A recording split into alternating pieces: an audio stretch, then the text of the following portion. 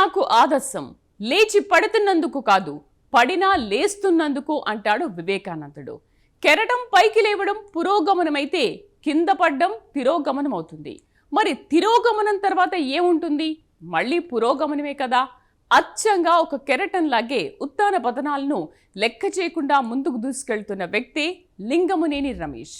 ఈ పేరు విని చాలా కాలమైనట్టు అనిపిస్తోంది కదా. నిజమే. అయితే ఇకపై ఎప్పుడూ వార్తల్లో వ్యక్తిగా ఉండే అవకాశాలు మెండుగా కనిపిస్తున్నాయి. ఎందుకంటే జనసేన అధినేత పవన్ కళ్యాణ్ లింగమనేని రమేష్కు ఓ అత్యంత ప్రముఖమైన అవకాశం కల్పిస్తున్నారు. ఆ అవకాశం జనసేన రాజకీయ ప్రస్థానంలో చిరస్థాయిగా నిలిచిపోతుందంటే అతిశయోక్తి కాదు. జనసేన తరఫున తొలి సభ్యుడిగా ఢిల్లీలోని పెద్దల సభకు హాజరయ్యే అదృష్టం లింగమనేని రమేష్ను వరించింది. మరి చంద్రబాబుకు సన్నిహితుడిగా పేరున్న లింగమనేని జనసేన తరఫున రాజ్యసభకు ఎలా వెళ్తున్నారు? రమేష్ గురించి మరిన్ని వివరాలేంటి ఇవాల్టి ద లీడర్లో చూద్దాం.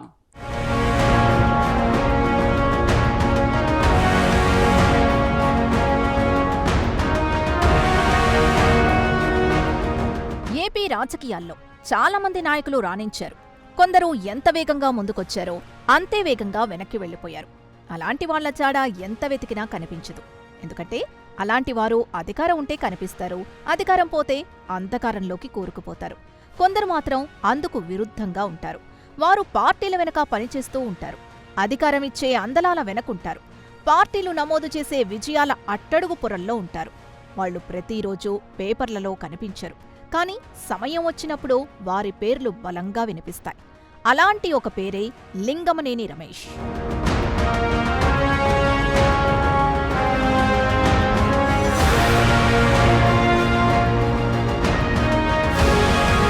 లింగమనేని రమేష్ అనగానే చంద్రబాబు నాయుడుకి చాలా కాలం పాటు అధికారిక ఆతిథ్యం ఇచ్చిన వ్యక్తిగా స్ఫురిస్తారు.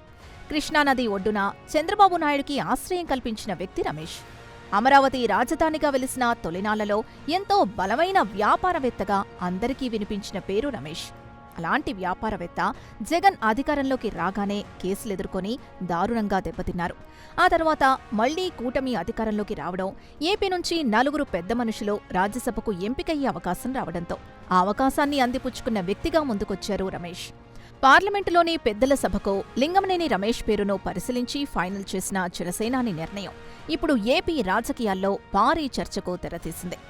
లింగమనేని రమేష్, కొణిదెల పవన్ కళ్యాణ్ మధ్య అలాంటి గాఢమైన అనుబంధం ఎలా ఏర్పడింది? కూటమి సర్కార్ ఏర్పడటంలో రమేష్కు ఏమైనా పాత్రుందా? జనసేన నుంచి రాజ్యసభకు వెళ్తున్న ఏకైక సభ్యుడిగా లింగమనేని అలాంటి అరుదైన అవకాశాన్ని ఎలా చేజిక్కించుకున్నారు? ఇవన్నీ ఇప్పుడు లింగమనేని రాజకీయ సువర్ణవకాశంతో పాటు ఆయన భవితవ్యం చుట్టూ తిరుగుతున్నాయి.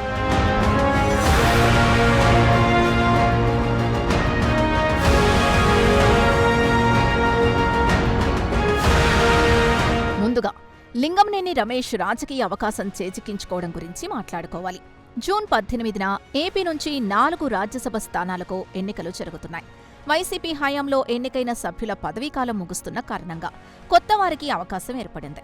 అయితే అసెంబ్లీలో కూటమికి అఖండ మెజారిటీ ఉండడంతో ఆ 4 సీట్లు కూటమికే దక్కాయి. కూటమి ధర్మం ప్రకారం 4 ఎంపీల్లో ఒక అవకాశం జనసేన నుంచి రమేష్కు దక్కింది. రమేష్కు ఈ అవకాశం రావడంలో ఒక ముఖ్యమైన అంశం ఉంది. 2024 సార్వత్రిక ఎన్నికల సమయంలో జనసేన కొన్ని లోక్సభ సీట్లను టీడీపీ కోసం వదులుకుంది. ఆ త్యాగానికి ప్రతిఫలంగా 2024, 2029 మధ్య ఖాళీ అయ్యే రాజ్యసభ సీట్లలో జనసేనకు ప్రాతినిధ్యం కల్పిస్తామని కూటమి నేతల మధ్య అవగాహన కుదిరింది. ఆ మాట నిలబెట్టుకునే సమయం టీడీపీకి ఇప్పుడొచ్చింది.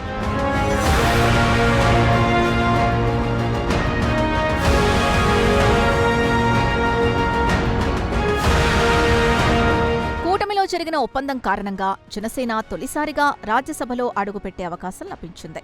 2024 పార్లమెంట్ ఎన్నికల్లో 2 సీట్లు గెలుచుకున్న జనసేన ఇప్పుడు రాజ్యసభలో మొదటి అడుగు వేయబోతోంది.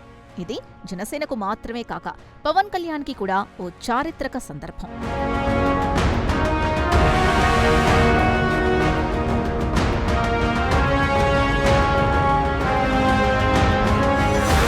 చంద్రబాబుకు అత్యంత సన్నిహితుడైన లింగమనేని రమేష్ పవన్ కళ్యాణ్కి ఎలా చేరువయ్యారు?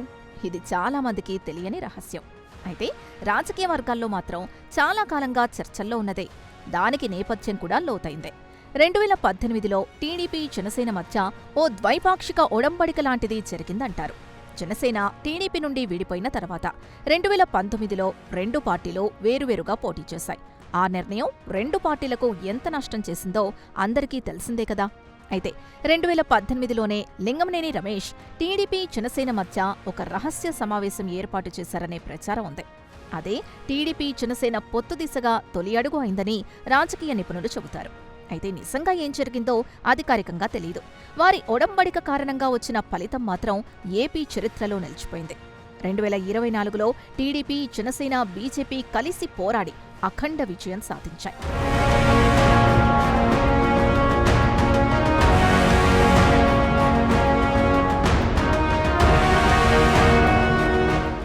జనసేన సీనియర్ నేత నాదెండ్ల మనోహర్ లింగమనేనికి అత్యంత సన్నిహితుడు. నాదెండ్ల మనోహర్ ద్వారా పవన్ కళ్యాణ్తో రమేష్కు సాన్నిహిత్యం పెరిగింది. మంగళగిరిలో జనసేన పార్టీ కార్యాలయం కొనుగోలు చేయడంలో లింగమనేని తోడ్పాటు అందించారనే ప్రచారం కూడా ఉంది. ఆ కనెక్షన్ నెమ్మదిగా పటిష్టమైంది అంటారు. అంతకుముందే వైసీపీ హయాంలో లింగమనేని కష్టాల్లో ఉన్నారు. కూటమి అధికారంలోకి వస్తే తమకు న్యాయం జరుగుతుందని బలంగా నమ్మారు. ఆ నమ్మకంతోనే స్నేహాన్ని కొనసాగించారు. ఆ నమ్మకాన్ని పవన్ వమ్ము చేయలేదు.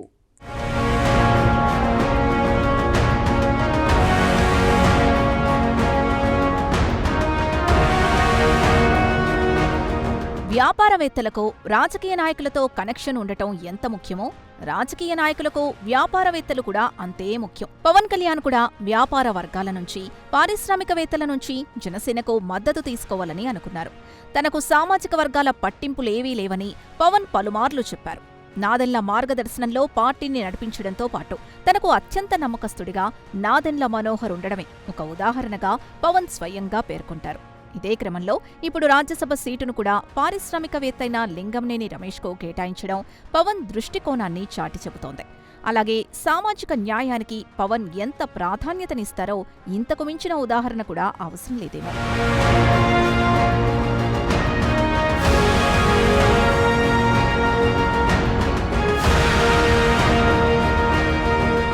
రాజ్యసభ సీటు వెనుక కేవలం వ్యక్తి యోగ్యత మాత్రమే ఉండదు, సామాజిక లెక్కలు కూడా ఉంటాయి. జనసేనకు ఒక్క సీటు మాత్రమే దక్కినా ఆ ఒక్క సీటు ద్వారానే రాజకీయాల్లో బలమైన మెసేజ్ ఇవ్వాలనుకున్నారు పవన్. ఆ మెసేజ్ని రమేష్కి సీట్ ఇవ్వడం ద్వారా పూర్తి చేయడం విశేషం. అంతేకాదు, ఈ చర్యతో టీడీపీ జనసేన కూటమి బంధం కూడా మరింత బలపడటం ఖాయమంటున్నారు. మరోవైపు పవన్ ఈ నిర్ణయం తీసుకోవడం వెనకాల మరో కారణం కూడా ఉందంటున్నారు. లింగమనేని రమేష్ పవన్ కళ్యాణ్కు పర్సనల్గా సన్నిహితుడు, చంద్రబాబు కూడా దగ్గర వ్యక్తి.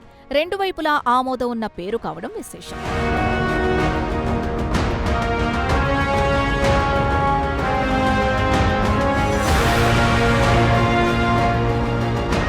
ఒక వ్యాపారవేత్తైన రమేష్ ఒకే ఒక నిర్ణయంతో రాజకీయంగా మంచి పొజిషన్లోకి వెళ్లిపోతున్నారు. అయితే ఆయన వ్యాపార సామ్రాజ్యం ఎలాంటిది అనేది కూడా ఆసక్తికరమైందే. ఎందుకంటే ఈ నేపథ్యాన్ని అర్థం చేసుకుంటే రాజకీయంగా ఆయన ప్రయాణం ఎలా ఉంటుందో ఒక అంచనాకు రావచ్చన్నమాట. 1983లో లింగమనేని ఎస్టేట్స్ పేరుతో ఒక నిర్మాణ సంస్థ మొదలైంది. విజయవాడ కేంద్రంగా రియల్ ఎస్టేట్తో పాటు నిర్మాణ రంగంలో అడుగుపెట్టిన ఈ సంస్థ నెమ్మదిగా లింగమనేని ఎస్టేట్స్ ప్రైవేట్ లిమిటెడ్ గ్రూపుగా విస్తరించింది. ఈ గ్రూపులో ఎల్ఈపీఎల్ ప్రాజెక్ట్స్, ఎల్ఈపీఎల్ ఎస్టేట్స్, ఎల్ఈపీఎల్ పవర్ విభాగాలు ఏర్పడ్డాయి. ఈ సంస్థ కేవలం రియల్ ఎస్టేట్తోనే పరిమితం కాలేదు, గగనంలో కూడా విహరించాలని కలలు కంది. అంటే విమానయాన రంగంలో కూడా ఎంట్రీ ఇచ్చి తానేంటో ప్రపంచానికి చాటాలని లింగమనేని రమేష్ భావించడం గమనించాలి.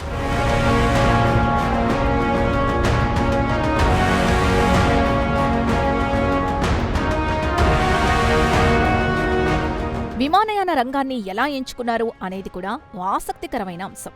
ఆంధ్రప్రదేశ్ భారతదేశంలో 10వ అతిపెద్ద రాష్ట్రం. 5 కోట్లకు పైగా జనాభా ఉన్న ఏపీలో ప్రాంతీయ వైమానిక సేవలు అంటే అందని ద్రాక్ష పండులాగే ఉండేవి. ఆ శూన్యాన్ని పూరించాలని ఎల్ఈపీఎల్ గ్రూప్ నిర్ణయించుకుంది. అదే ఎయిర్ కోస్టా పుట్టుకకు కారణమైంది. భారతదేశంలో విమానయాన పరిశ్రమ మంచి స్థితిలో లేని సమయంలో ఆ రంగంలో ఎటువంటి అనుభవం లేని ఒక ఆంధ్రప్రదేశ్ వ్యాపార సంస్థ ధైర్యంగా ముందుకొచ్చింది. టైర్ 2, టైర్ 3 నగరాల్ని కలపాలన్న లక్ష్యంతో లింగమనేని రమేష్ ఈ సాహసానికి పూనుకున్నారు. దక్షిణ భారత నగరాలు ఆర్థికంగా పటిష్టమవుతున్నాయని, ప్రాంతీయ రవాణా సేవలకు అపారమైన అవకాశాలున్నాయని, ఆ అవకాశాలను తాము అందిపుచ్చుకునేందుకు సిద్ధంగా ఉన్నామని, ఎస్టాబ్లిష్ క్యారియర్లు వెళ్లని రూట్లపై దృష్టి పెడతామని అప్పట్లో రమేష్ స్వయంగా ప్రకటించడం గమనించాలి.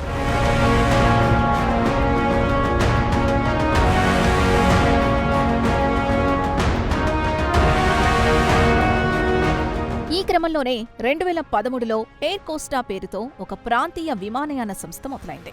విజయవాడ కేంద్రంగా చెన్నై ఆపరేటింగ్ బేస్తో ఎంబ్రెయిర్ విమానాలు నడిపారు.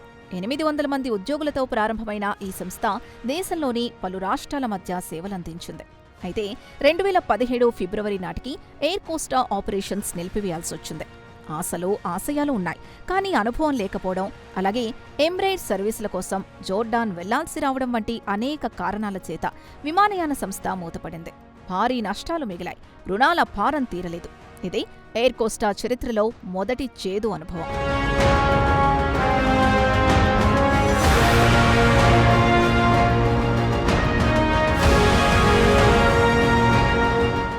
ఎయిర్ కోస్టా ప్రారంభమైన 4 నెలలకే ఫిబ్రవరి 2014లో సింగపూర్ ఎయిర్ షోలో పాల్గొనేందుకు 50 ఎంబ్రెయిర్ విమానాలను దాదాపు 18,000 కోట్లతో ఆర్డర్ ఇచ్చారని నిపుణులు చెబుతారు.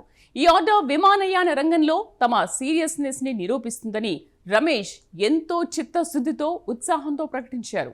అంతేకాదు 5 ఏళ్లలో భారీ పెట్టుబడులు పెడతామని కూడా చెప్పారు. రమేష్ ధైర్యాన్ని చూసి పారిశ్రామికవేత్తలంతా ఆశ్చర్యపోయారు, మరికొందరు అసూయపడ్డారు. అప్పుడే పుట్టిన ఒక రీజనల్ ఎయిర్లైన్ సంస్థ ఇంత పెద్ద ఆర్డర్ ఎలా ఇవ్వగలిగింది? ఆ కంపెనీకి ఉన్న ధైర్యం ఏంటి? ఇలా పరిపరి విధాల ఇండస్ట్రీలో చర్చ జరిగింది.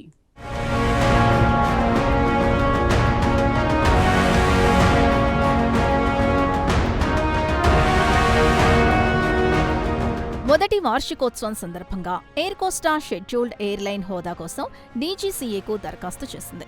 2015 ఫిబ్రవరి నాటికి మరో 2 ఎంబ్రెయిర్ విమానాలు, జులై, ఆగస్టు నాటికి ఇంకో 2 తీసుకురావాలని ప్రణాళిక చేసుకున్నారు. 2018 నాటికి 25 విమానాలు కలిగుండాలనేది లక్ష్యం. 2014 చివరికి 9 గమ్యస్థానాలు, రోజుకి 38 విమానాలు నడిచాయి. దీంతో ఏపీ నుంచొచ్చిన ఎయిర్ కోస్టా సర్వత్రా సంచలనం రేపిందనే చెప్పాలి. అయితే అత్యుత్సాహం కారణంగా లాభనష్టాలు అంచనా వేయడంలో విఫలమవడం వల్ల కంపెనీని కష్టాలు చుట్టుముట్టాయి. ఆగస్టు 2016లో ఆపరేషన్లు తాత్కాలికంగా నిలిపివేశారు. కొన్ని రోజులకు మళ్లీ ప్రారంభించారు. ఆఖరుకు 2017లో చివరి దెబ్బ పడింది. ఎయిర్ కోస్టా 2 విమానాల్ని వాటి మ్యానుఫ్యాక్చరర్స్ సీజ్ చేశారు. చెల్లింపులు ఆగిపోయినందువల్ల సీజ్ తప్పలేదు. ఫైనల్గా ఎయిర్ కోస్టా దగ్గర ఒక్క విమానం కూడా మిగల్లేదు. ఆ విధంగా ఎయిర్ కోస్టా చాప్టర్ అర్థాంతరంగా ముగిసింది.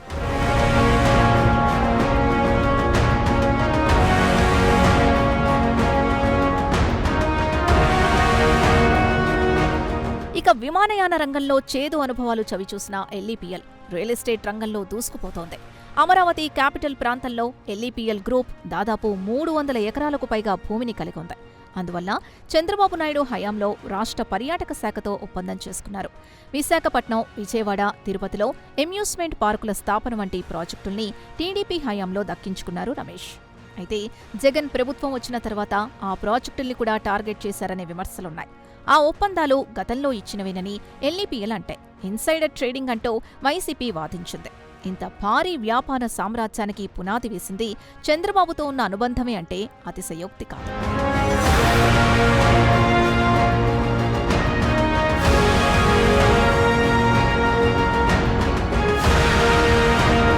లింగంనేని రమేష్కో ఏపీ సీఎం చంద్రబాబు నాయుడికి ఉన్న స్నేహబంధం గురించి మరికాస్త చెప్పుకోవాలి. 2014 ఎన్నికల్లో టీడీపీ గెలిచాక చంద్రబాబు నాయుడు రాష్ట్ర రాజధానిని హైదరాబాద్ నుండి అమరావతికి మార్చే సమయంలో ఒక తాత్కాలిక ఏర్పాటు అవసరమైంది. ఆ సమయంలో 2015లో లింగంనేని రమేష్ తన ఉండవల్లి గెస్ట్ హౌస్ను చంద్రబాబుకు లీజ్కిచ్చారంటారు.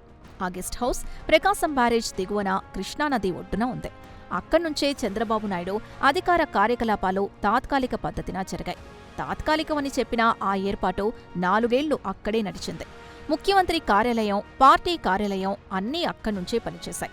జగన్ ప్రభుత్వం అధికారంలోకి వచ్చిన తర్వాత 2019లో ఏపీసీఆర్టీఏ లింగంనేని రమేష్కు నోటీసిచ్చింది. వారం రోజుల్లో అనధికారిక నిర్మాణాలు తొలగించాలని, లేదంటే కూల్చివేస్తామని ప్రభుత్వం హెచ్చరించింది. ఆ నోటీసుపై రమేష్ స్పందించిన తీరు ఆయనలోని ఓపికను, దూరదృష్టిని పట్టి చూపుతోంది అంటారు. ప్రభుత్వమిచ్చిన నోటీసు తమను ఆందోళనకు గురిచేస్తోందని, అందులో తనకు ఎలాంటి రాజకీయ, ఆర్థిక ఉద్దేశాలు లేవని జగన్కు లేఖ రాశారు లింగమనేని. అయినప్పటికీ కోట్ల రూపాయలు వెచ్చించి నిర్మించిన భవనాన్ని జగన్ సర్కారు కూల్చివేసింది. అయితే హైకోర్టు జోక్యంతో కొంత భాగం మాత్రం కాపాడబడిందని గమనించాలి.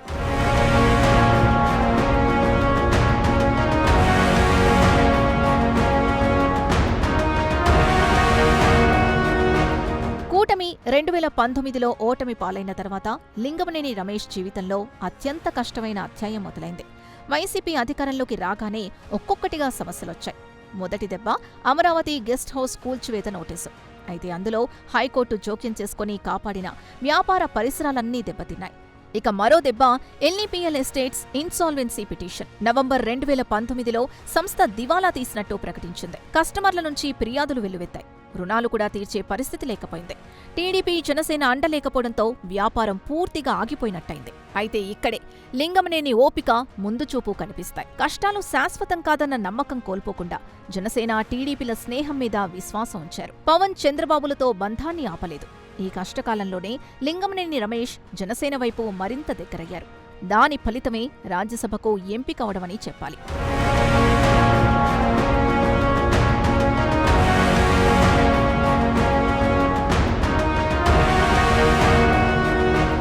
మరోవైపు అమరావతి క్యాపిటల్ నిర్మాణం తలపెట్టిన క్రమంలో వైసీపీ హయాంలో కక్షపూరితంగా పెట్టిన కేసులన్నీ 2024లో కూటమి అధికారంలోకొచ్చిన తర్వాత రాజకీయ ప్రతీకార చర్యలుగా తేలిపోయాయి. దీంతో కేసులు దూదిపించల్లా ఎగిరిపోయాయి. కూటమి వచ్చాకనే రమేష్ ఆధ్వర్యంలోని ఎల్ఈపీఎల్ గ్రూప్ మళ్లీ ఊపందుకుంది. ఎల్ఈపీఎల్ గ్రూప్కు సంబంధించిన కేసులు నత్తనడకన నడవడంతో ఊపిరి పీల్చుకునే వెసులుబాటు చిక్కింది. కొత్తగా కొన్ని ఎనర్జీ కంపెనీలకు ప్రభుత్వ ఒప్పందాలు దక్కాయి. ఎల్ఈపీఎల్ పవర్ విభాగం, ఎకోరెన్ ఎనర్జీ ఇండియా వంటి కంపెనీలతో సంబంధాలు ఏర్పడటం వల్ల ఏపీలో పెద్ద ప్రాజెక్టులు పొందారు రమేష్. ఎండీగా రమేష్ మీద ఉన్న నమ్మకంతో ప్రభుత్వ అనుమతులొచ్చాయి.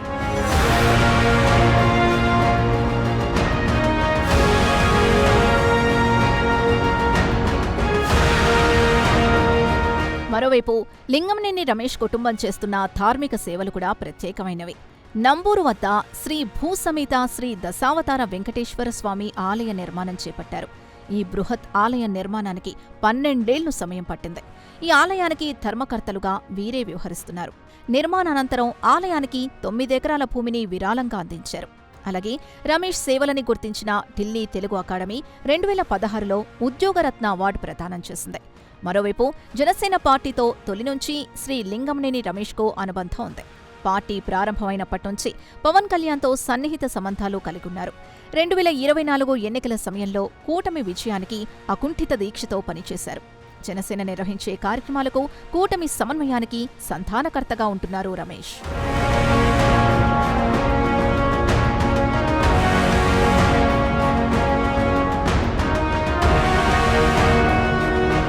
దాతృత్వంలోనూ లింగమనేని రమేష్ ముందున్నారు. Chinmaya organisation for rural development అనే స్వచ్ఛంద సేవా సంస్థకు 6 ఎకరాల భూమిని విరాళంగా ఇచ్చారు. ఆ సంస్థ సేవలకు చేదోడు వాదోడుగా ఉన్నారు. ఈ స్వచ్ఛంద సేవా సంస్థను మాజీ రాష్ట్రపతి డాక్టర్ అబ్దుల్ కలాం సందర్శించి సంస్థ లక్ష్యాలను, లింగమనేని కుటుంబం దాతృత్వాన్ని కొనియాడారు. అక్కడ ఎంతోమంది అనాథ బాలికలకు విద్య, సంక్షేమ సేవలు అందుతున్నాయి. లింగమనేని శ్రీరాములు నీలకంఠేశ్వరమ్మ చారిటబుల్ ట్రస్ట్ ద్వారా ప్రతిభావంతులైన విద్యార్థినీ విద్యార్థులకు అండగా ఉంటున్నారు రమేష్.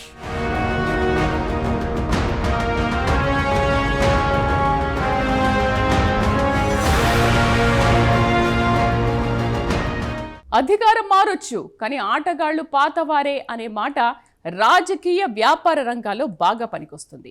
అధికారానికి దగ్గరగా ఉన్నవారు వ్యాపారంలో ముందుకు వెళ్తారు అనే సూత్రం ఏపీలో సరిగ్గా సరిపోతుందంటారు నిపుణులు.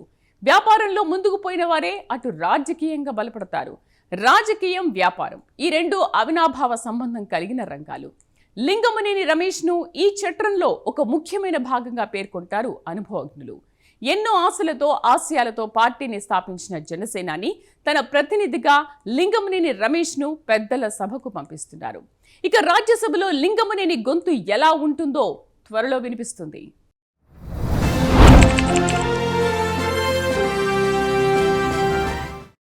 ఇది వాటి ద లీడర్. లింగమనేని రమేష్ గురించి కొన్ని ముఖ్య అంశాలు. నెక్స్ట్ వీక్ మరో లీడర్ గురించి తెలుసుకుందాం.